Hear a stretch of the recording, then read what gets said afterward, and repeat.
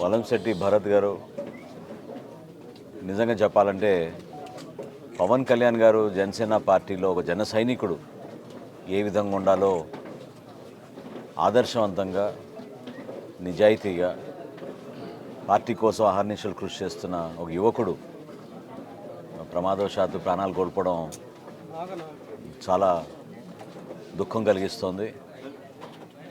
వారి తండ్రి గారు శ్రీధర్ గారు వివరించారు నాకు ఇంతకుముందు ఏ విధంగా గత సంవత్సరం అందరికన్నా ముందు క్రియాశీలక సభ్యత్వం తీసుకుని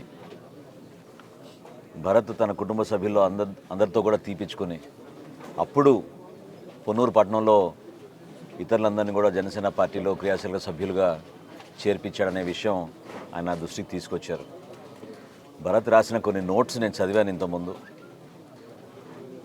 పట్టణంలోని మౌలిక సదుపాయాల విషయంలో సీసీ రోడ్ల విషయం కానివ్వండి, డ్రైనేజ్ విషయంలో కానివ్వండి, హాస్పిటల్లో కనీస సౌకర్యాల గురించి కానివ్వండి, పాఠశాలలో జరుగుతున్న కార్యక్రమాల గురించి కానివ్వండి, ఎంతో అవగాహనతోటి సమాజం కోసం భవిష్యత్తు కోసం చాలా ఆదర్శవంతంగా నిజమైన జన సైనికుడిగా భరత్ నిలబడ్డాడు. నిజంగా పవన్ కళ్యాణ్ గారు will feel proud of his sacrifices for our party. చాలా అద్భుతంగా త్యాగాలు చేసి సమాజం కోసం ఒక యువకుడు ఆ విధంగా కష్టపడి పనిచేశాడంటే జనసేన పార్టీలో మేము అందరం కూడా గర్వపడుతున్నాం. పవన్ కళ్యాణ్ గారి ఆశయ సాధన కోసం జనసేన పార్టీ ఏ విధంగా ఒక మార్పు కోసం కష్టపడి పనిచేస్తున్నాం ప్రతి ఒక్కరం కూడా జిల్లాలో సమిష్టిగా ఈరోజు నాయకత్వం అంతా ఎందుకు కదిలిచ్చామంటే ఆ కుటుంబానికి మేము అండగా నిలబడతాం, భరోసా ఇస్తాం. పవన్ కళ్యాణ్ గారికి పంపించిన 5 లక్షల రూపాయల ఆర్థిక సాయం ఆ కుటుంబానికి అందించడమే కాకుండా ఎల్లప్పుడూ కూడా ఒక కుటుంబ సభ్యుడిని కోల్పోయాం, ఆ కుటుంబానికి మేము ధైర్యం ఇవ్వాలి, ఆ విధంగా నిలబడతామని మీ అందరితో పాటు ఇంతమంది ఈరోజు వచ్చారంటే ఈ కార్యక్రమానికి భరత్ ఎంత ప్రతి ఒక్కరికి దగ్గరగా ఉన్నాడో అర్థమవుతుంది. వారి తల్లిగారు కూడా కోరింది ఒకటే, బాబు కోసం మేము జనసేన పార్టీ కోసం పనిచేస్తాం, ఆ ఆశయ సాధన కోసం పవన్ కళ్యాణ్ గారి కోసం మేము కూడా అదే స్ఫూర్తితోటి ముందుకెళ్తామనే మాట తల్లిదండ్రులు ఇద్దరు కూడా ఇందాక చెప్పడం నిజంగానే కదిలిచ్చింది.